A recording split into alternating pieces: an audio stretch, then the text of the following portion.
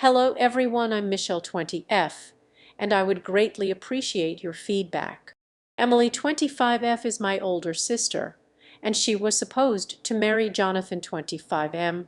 To everyone, their relationship appeared perfect. They'd been together for years, and it seemed like they were meant to be together.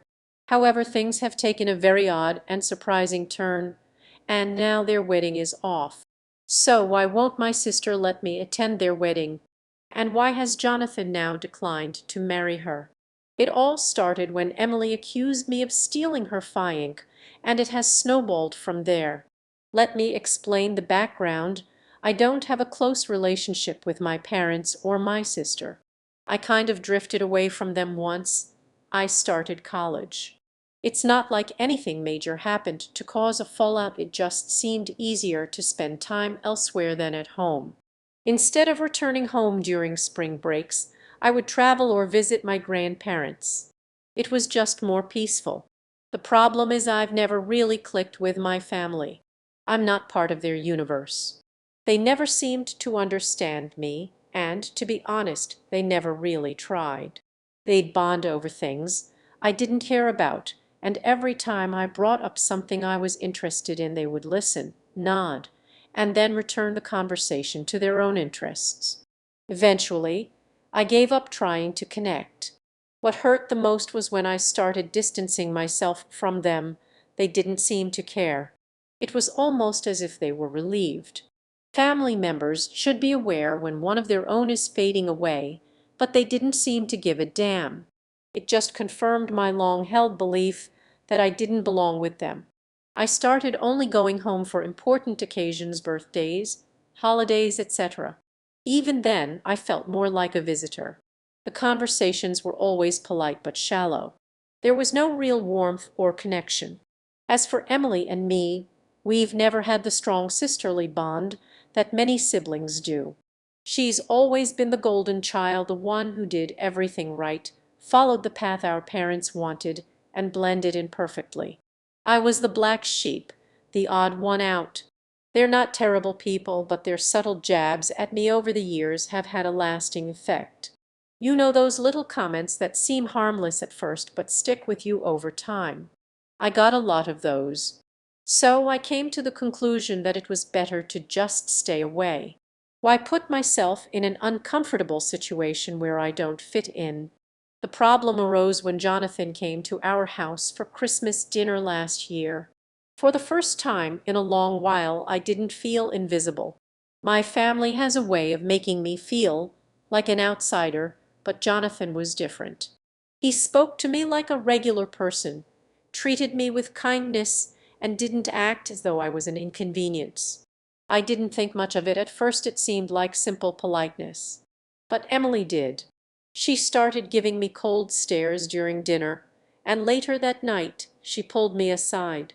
I'll never forget what she said. "I know what you're doing. You're trying to steal my boyfriend, even though you've always been jealous of me." I was stunned. Steal her man, I thought. Where did that even come from? I tried to laugh it off, but she refused to drop it. She said I was too nice to Jonathan and that he was acting strangely around me. It was such an absurd accusation that I didn't even know how to respond. Emily has always been the center of attention, the one my parents adore.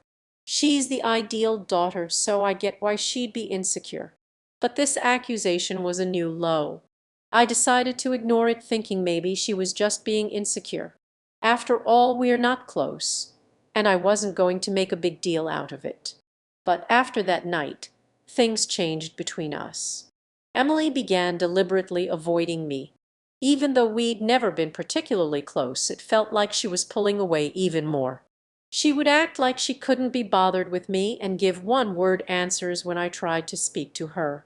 At family gatherings, she would cling to Jonathan as though marking her territory. It was absurd. Jonathan, however, acted like nothing had changed. He was still polite and kind in my presence. But what really got to me was how easily my family seemed to side with Emily. They didn't directly address anything, but I could tell they were all uncomfortable. My mother would give me strange looks whenever Emily and Jonathan were around.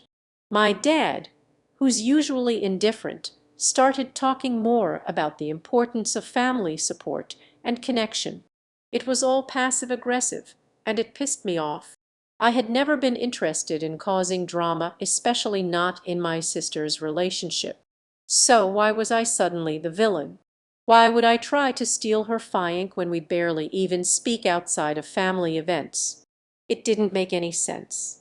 A few months later, I found out about Emily's engagement not from her but from my grandparents.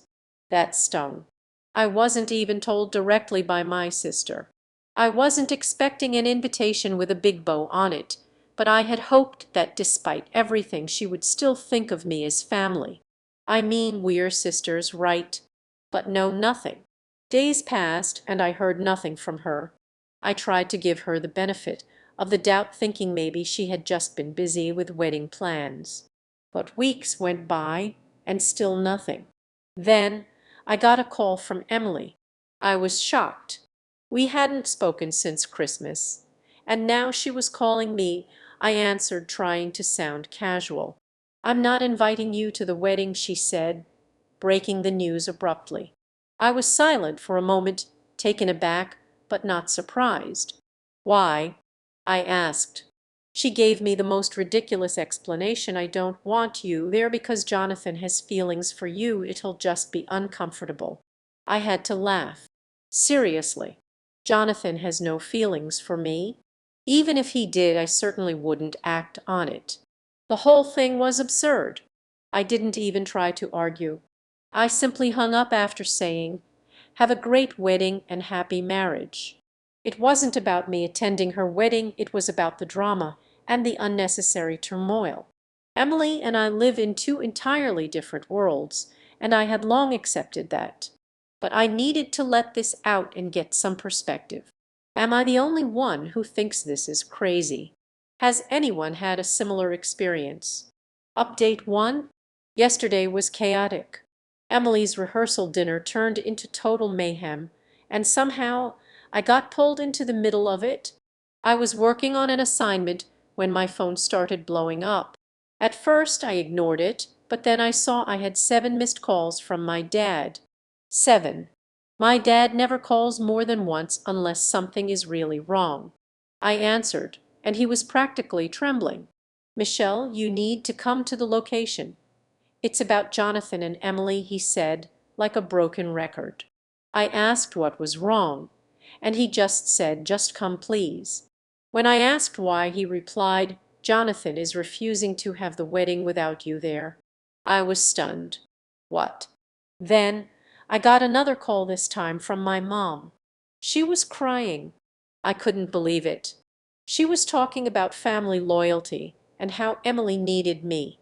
All the while, they had been fine without me until things went wrong. Emily then called, sobbing. Jonathan apparently asked where I was, and when she told him I wasn't invited, he was disappointed, not furious, but he said he couldn't marry someone who would treat her sister this way, especially in front of their families. Emily begged me to come and tell Jonathan it was all a misunderstanding, that it was my choice not to attend. She wanted me to lie. I let her cry for a while, then I said, "I won't lie to you, Emily. You are dealing with the consequences of your own actions. Fixing this isn't my responsibility." She screamed, but I hung up. I needed space to think. Later, my phone kept ringing with calls and messages from my parents, Emily's friends, and relatives. It seemed like the entire family was trying to coerce me into fixing Emily's mess. But for the first time in my life, Jonathan had seen through their behavior, and that was enough for me. Update 2. Several of you asked about my past with my family, and I think it's time I share more about why I've been estranged for so long. I've always struggled with social anxiety. I didn't know what it was when I was younger, but I knew something was wrong. My parents, however, dismissed it. They would say things like, "You need to toughen up," or "You're just being dramatic." If I ever showed signs of anxiety, they would call me weak or lazy. I remember one instance when I had to give an English presentation, in front of my class at 15. I felt physically ill, but my dad just told me to stop making a big deal out of it. I ended up having a panic attack in front of the class. My mother just remarked, "See, you made it through all that drama for nothing." Emily, the golden child, was the complete opposite: student body president, debate team captain, everything I couldn't be because of my anxiety. Things changed in college. I had a meltdown, and with my roommate's help, I started seeing a counselor. Dr. Martinez diagnosed me with social anxiety disorder, something my family refused to acknowledge. They continued to belittle my condition, calling it an excuse for my behavior. It wasn't until Thanksgiving last year, when I tried to explain my diagnosis to them, that I realized they would never understand. My dad interrupted me, saying, "When are you going to stop making excuses and live in the real world?" That was the moment I knew they would never change. And it was strangely liberating. I stopped seeking their approval. Looking back, I see how all of this has tied into the wedding situation. My family's quick acceptance of Emily's story, and their willingness to believe that I was trying to steal her find, is rooted in their long-standing belief that I am the problem. Jonathan saw right through it. Update: it's been a few weeks since everything fell apart, and I still can't wrap my head around the events that unfolded. If you had told me a month ago that I'd be sitting here completely estranged from my family, but here I am, and things have taken turns I never could have imagined. After that explosive rehearsal dinner, and the hours of desperate calls, messages, and endless attempts at manipulation, I thought it would all quiet down eventually. But I was wrong. It seems like the entire situation has only gotten more chaotic. The fallout from Emily's wedding drama is still rippling through my family.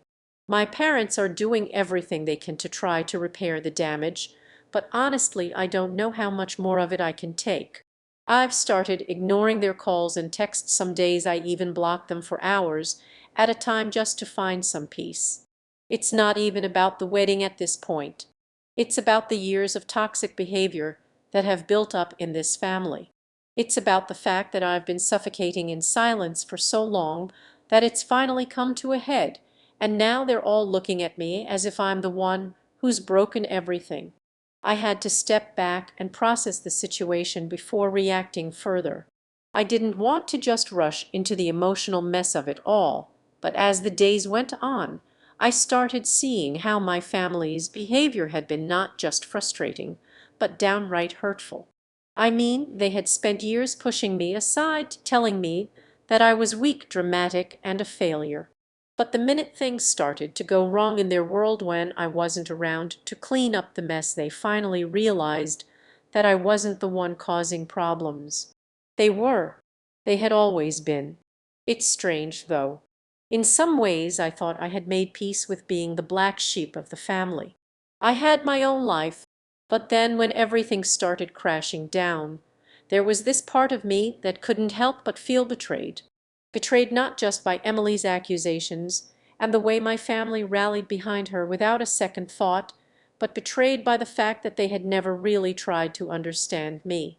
They had never bothered to take the time to get to know me, the real me. What hurt most, though, was when I heard from Jonathan again. After the wedding disaster and the fallout from the rehearsal dinner, I thought I was done with it all. I didn't want to be dragged back into their drama. But Jonathan called me a week ago. I almost didn't pick up, thinking it was another round of family guilt tripping, but for some reason I did. When I heard his voice on the other end of the line, I could tell something had shifted in him. He was calm almost, but I could hear the weight of it in his words. "Michelle, I just wanted to say I'm sorry," he started. "I never wanted you to get dragged into all this. You didn't deserve any of it." I almost couldn't believe what I was hearing. Jonathan apologizing to me. The man who had been accused by my sister of having feelings for me. The guy who, for all intents and purposes, was caught up in the middle of the most ridiculous situation I've ever been in. I didn't know how to respond. "Jonathan, this isn't your fault," I said, trying to keep my voice steady. You were just caught in the middle of their mess. I know you never meant for any of this to happen." He sighed deeply, and there was a long pause before he spoke again. "The thing is, Michelle, this isn't just about the wedding anymore. It's about how my family treated you. I know it's not my place to speak on it, but the way Emily has been treating you, the way your parents have been acting, it's wrong. You don't deserve any of it." At that moment I realized something. Jonathan had always been the kind, empathetic one, but hearing him say this standing up for me in a way my own family had never done was honestly shocking. It felt like a validation I didn't even know I needed. For the first time, someone outside my toxic family had seen it for what it was. He wasn't just supporting Emily or the wedding, he was supporting me. "I don't know what's going to happen with Emily and me," Jonathan continued, his voice tinged with sadness. "But what I do know is that I can't be with someone who's going to treat their own sister like—" I just sat there in silence for a few moments, trying to process everything he had said. Part of me felt relieved, like a weight had been lifted, but another part of me felt something else, something I couldn't quite name. I had been so used to being ignored, dismissed, and blamed that hearing someone actually stand up for me felt almost— "I don't know what to say, Jonathan," I finally replied. "But thank you, honestly, thank you for seeing me. I've been waiting my whole life for someone to do that." He chuckled softly, though it sounded sad. "I wish I could have done it sooner. I wish your family had seen you for who you really are instead of making you feel invisible." I wasn't sure how to respond to that. Part of me wanted to explain everything, to tell him all the years of pain, the bullying, the loneliness, but I couldn't. It felt too overwhelming, and maybe that was something for me to process in my own time. But hearing him acknowledge the hurt I had carried around for years was enough for now. We ended the conversation with Jonathan saying he was still processing everything with Emily and that he wasn't sure what would happen with their relationship. He wasn't sure if they could salvage it after everything that had gone down. But he wanted to make sure I knew that whatever happened, he was sorry for the part he played in everything. That, of course, surprised me too. The next few days were a blur. The constant barrage of texts and calls from my parents continued, but I held firm. I wasn't going to cave to their guilt trips anymore. They were the ones who had built this mess, and now they wanted me to fix it. They wanted me to lie for Emily's sake, to pretend I was fine when I hadn't been part of the wedding plans from the start. I began to realize just how deeply embedded the dysfunction was in my family. For years, I had thought that maybe if I just tried harder, if I could make them see me as I truly was, things would get better. But now I knew that it wasn't about me trying harder. It was about them changing their behavior, and I wasn't holding my breath waiting for that to happen. The more I thought about it, the clearer it became I had to let go. Let go of my expectations, let go of the idea that somehow my family would come around. They hadn't, and they probably wouldn't. But I wasn't going to keep torturing myself by trying to be accepted by people who had already made up their minds about me. In the days that followed, Emily reached out again. But this time, it wasn't the desperate, sobbing phone call begging me to lie. It was colder, more matter of fact. She said she understood if I didn't want to come to the wedding, but she asked if I would at least help her smooth things over with Jonathan. She wanted me to reassure him that I had never wanted to hurt anyone, that I didn't care about him in that way. I didn't even bother to respond. Honestly, I don't know what the future holds for Emily and Jonathan. I don't know if they'll work things out or if Jonathan will walk away completely. But I do know one thing for sure. For the first time in my life, I'm not cleaning up anyone's mess anymore, and I'm not going to let my family's toxic behavior dictate my life. If they want to stay angry, let them. I've got my peace now, and that's all I need. In the weeks that followed, I didn't hear much from my family except the occasional text from my mom, but it's been liberating to stay away. I feel stronger now, more sure of myself than I've ever been. And as for Emily and Jonathan, I don't know what will happen between them, but I'm not going to be part of their drama any more. The truth has finally been laid bare, and I'm done being anyone's scapegoat.